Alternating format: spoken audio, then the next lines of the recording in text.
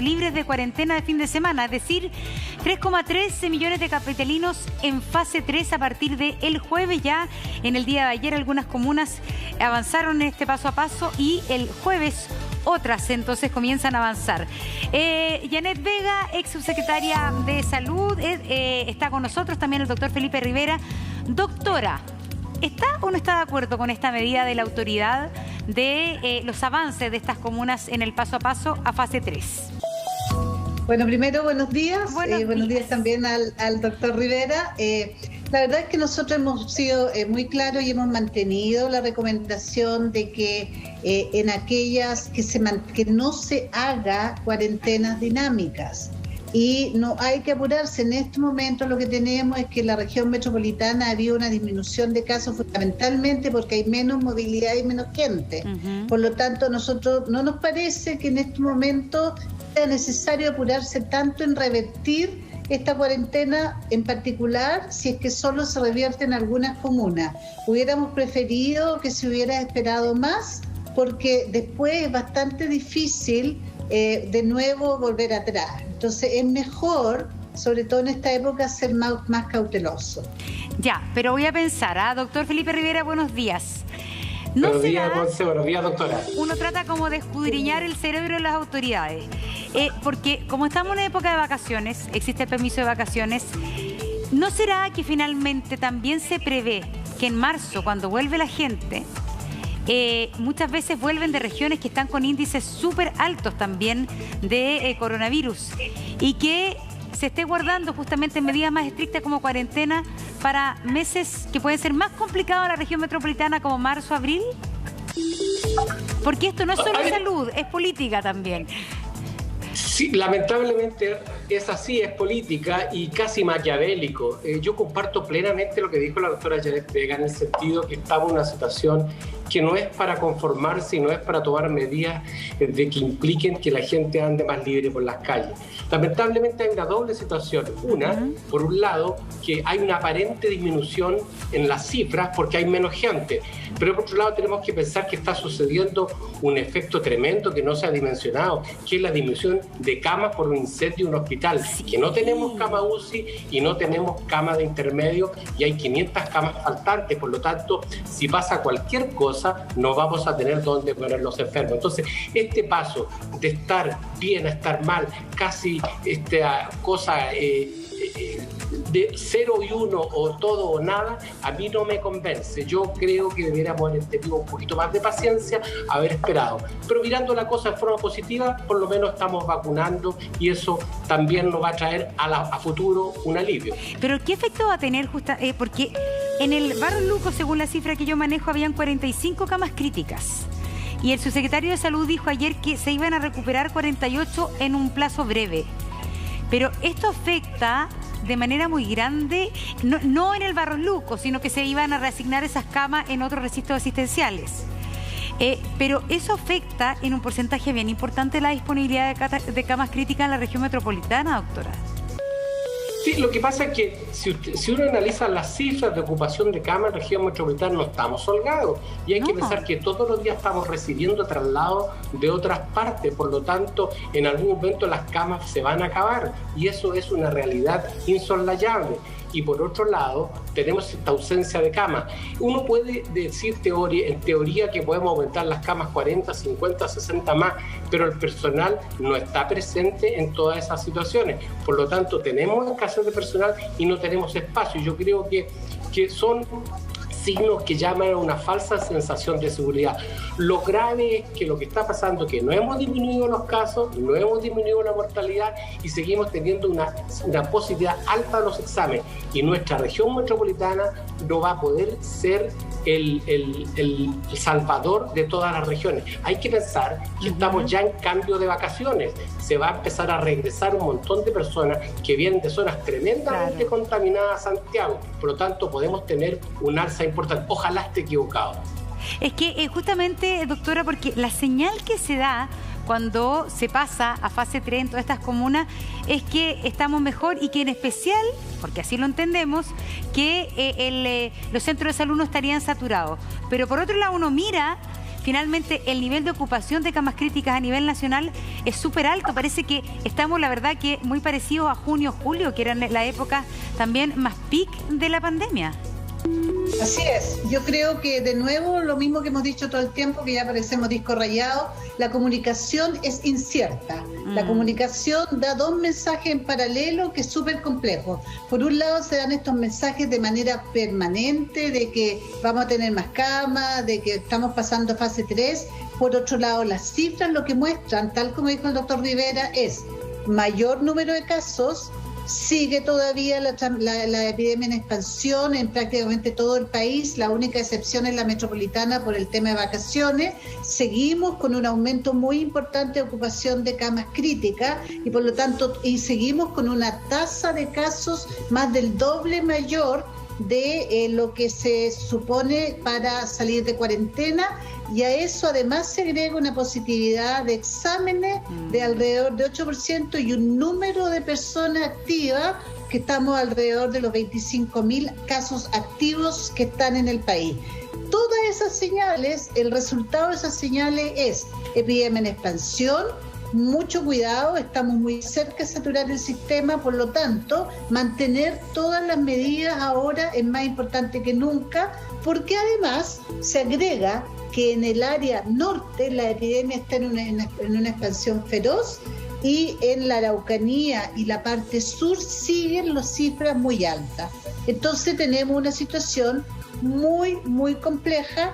La única noticia que es alentadora es que efectivamente vamos a empezar a vacunar un número importante de personas en riesgo, por lo tanto probablemente va a haber un efecto en mortalidad y en enfermedades graves, pero que no es inmediato, no, se va a demorar mes y medio, meses. 2 meses, claro. Mire, por lo menos. Doctora, yo me aventuré con una hipótesis, que respecto a que yo creo que quizás la autoridad está midiendo lo que puede pasar en marzo. Y guardando de alguna manera, porque la cuarentena tiene muchos costos, la adhesión de la población a la cuarentena cada vez disminuye más. Yo dije, quizá ahora están relajando ahora para marzo volver a apretar. Esa es mi hipótesis. ¿Cuál es su hipótesis de una medida que usted encuentra que las cifras no corresponden a haber tomado la decisión de irse a fase 3? Sí, permíteme, Montserrat, discutirte la hipótesis por lo siguiente. Solo hipótesis. Cuando tú abres la movilidad de las personas, lo que en la práctica hace es que generan las condiciones para que el virus circule más. Cada vez que tú cierras, lo que haces es que disminuye la circulación viral. Por lo tanto, uno pensaría que debería ser al revés. Ojalá aprovechemos este espacio que hay menos personas para poder disminuir la circulación viral al mínimo, de modo tal de que cuando venga todo este grupo de personas que vienen con virus circulante, no tengamos ese aumento tan brutal que con toda seguridad vamos a tener en marzo. Ya, es decir, yo sé que eso es lo que usted piensa. Yo le preguntaba para tratar de entender el porqué de la decisión, finalmente, porque sí, las cifras de aumento a uno no le calzan mucho con haber decretado fase 3. Y eso es porque entonces uno empieza a tratar de lucubrar, de ver qué otras variables finalmente están influyendo en las decisiones de las autoridades. Es súper importante, doctor Rivera, también el tema de las expectativas en la vacuna. En Europa ya se habla de la tercera ola, porque ante la noticia de la vacuna, también la gente se ha confiado más. Y eso ha implicado que además los europeos están con súper poca vacuna, ya está declarada la guerra de la vacuna, pero en el fondo hay un mayor relajo, porque se cree que esta noticia viene a aliviarlo todo, pero están con un problema altísimo, están con muertes diarias en las nubes, con contagiados, con hospitales saturados. ¿En qué medida entonces finalmente la vacunación de verdad, y como dice la doctora, podría al menos empezar a ser efectiva en los grupos de riesgo de los adultos mayores? En un mes y medio, calculando los 28 días, ¿cuándo ese grupo podría empezar a disminuir la gravedad de su enfermedad? Es que lo que pasa es que no es solamente la vacuna, hay una serie de señales que se han dado lamentablemente, que han provocado una falsa sensación de seguridad. Vuelvo a repetir, como lo hemos conversado en programas anteriores. Primero, ¿no es cierto?, que hay ventiladores para todo. Segundo, que vamos a seguir abriendo camas de UCI porque hay posibilidades de atenderlo a todos. Tercero, que vamos a tener vacuna para todos. Y cuarto, ahora por ahí alguien está asegurando que hay un nuevo medicamento que nos va a salvar o va a salvar por lo menos una comuna de aquellos enfermos graves. Entonces, todas esas señales están provocando que la gente empiece a sentirse liberada, como que la pandemia se está controlando, y nunca en este país ha estado controlado. A la pregunta específica, para tener la seguridad de que el virus circule y haya lo que se llama inmunidad de rebaño, se tiene que tener por lo menos vacunado el 70% de la gente. En estos momentos tenemos un porcentaje mínimo, no creo que no alcanza el 1% de gente vacunada. Para que la gente alcance la inmunidad personal, se requiere una vacunación de 21 días después, o 28 días, dependiendo de la vacuna, después de la primera dosis, y ahí por lo menos entre 7 a 14 días para lograr una inmunidad adecuada.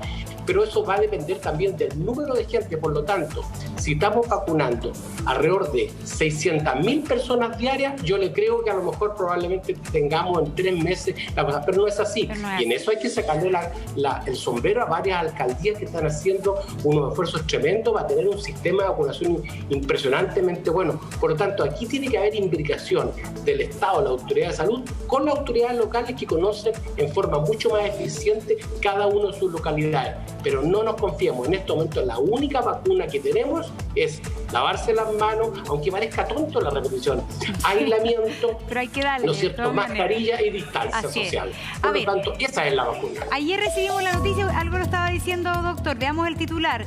Ayer entonces se aprobó el uso del medicamento Avifavir. Es un medicamento ruso cuya autorización había solicitado el alcalde de Recoleta, y efectivamente la autoridad sanitaria le dio autorización al alcalde para justamente utilizar este medicamento, que es un antiviral, no es una vacuna, en su comuna.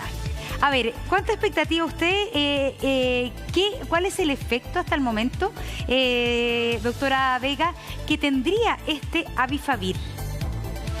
Bueno, la verdad es que es preocupante esta autorización. Se autorizó para uso realmente más bien de tipo ensayo clínico, claro. Pero la evidencia que tenemos hasta ahora es que este medicamento no tiene efectividad importante. De hecho, un estudio randomizado, el más grande que estaba, hecho por este laboratorio, acaba de ser suspendido la semana pasada porque efectivamente hasta ese momento no hay efecto.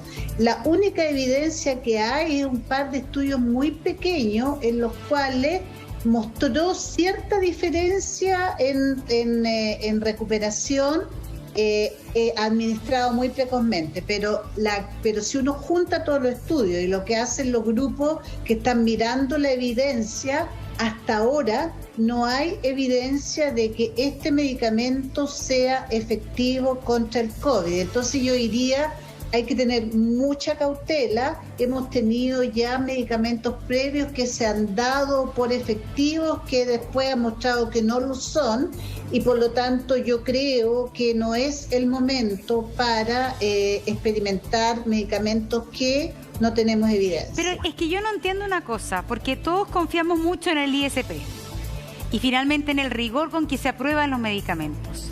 Entonces yo nunca había escuchado que se aprobara un medicamento en uso específico en una comuna y que en el fondo no es que se apruebe, es que se aprobó en la fase 3 de eso, la fase de prueba.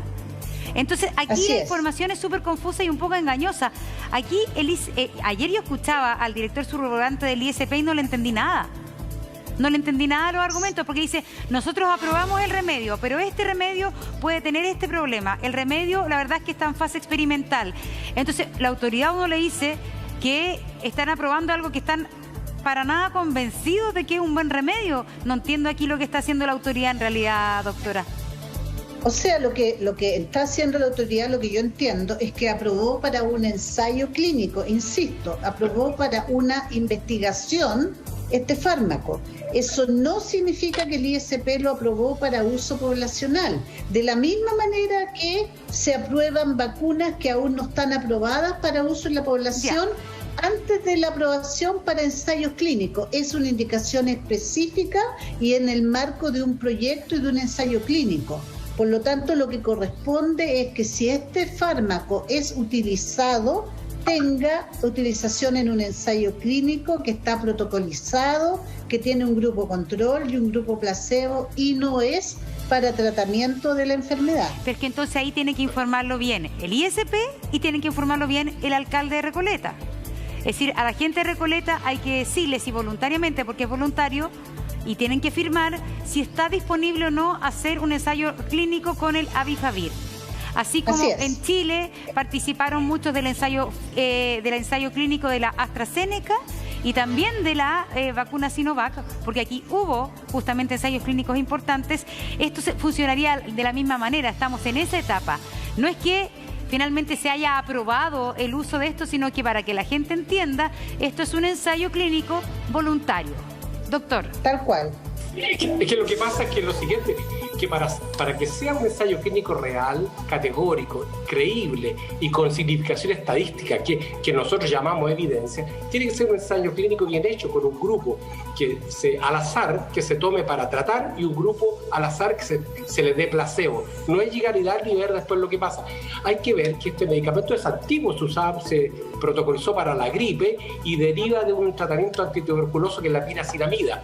Y tiene su efecto adverso porque la dosis es más alta que lo que se usa para la gripe, tiene diarrea. Hay un trabajo pequeñito que es donde se basa todo eso que se hizo en Rusia, en la Unión Soviética, ex Unión Soviética, que son 60 personas, de los cuales el 17.5% de los pacientes presentaron efectos adversos, entre los cuales dice leves a moderados, diarrea, un montón de problemas más o menos importantes, pero yo creo que andar con diarrea en la calle no es un efecto leve, ¿no es cierto? Y segundo, puede tener problemas también de gota, una serie de cosas. Claro, por lo tanto, yo también comparto con la doctora que esto es para un ensayo clínico, no para utilización de tipo poblacional. Pero si ese ensayo clínico lo deben comandar justamente personal médicos, de la salud, investigadores. Yo no sé si efectivamente hay un grupo de investigadores asociados al estudio del Afibavir en Recoleta. Es que lo que pasa es que eso debería ser así, ¿no? Yo sinceramente no quiero usar palabras feas porque de repente a veces digo cosas muy fuertes, pero realmente encuentro que aquí lamentablemente, como ha sucedido con las vacunas y como está sucediendo con medicamentos, se está utilizando algunas cosas como un arma política y eso no debiera ser de un lado como de otro, sinceramente aquí no hay bueno ni malo, ¿no es cierto?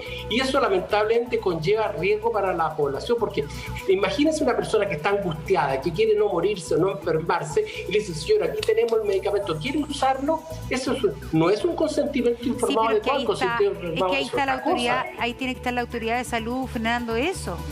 Si alguien quiere si alguien quiere utilizar políticamente un remedio, la autoridad de salud es la que tiene que decir sí o no.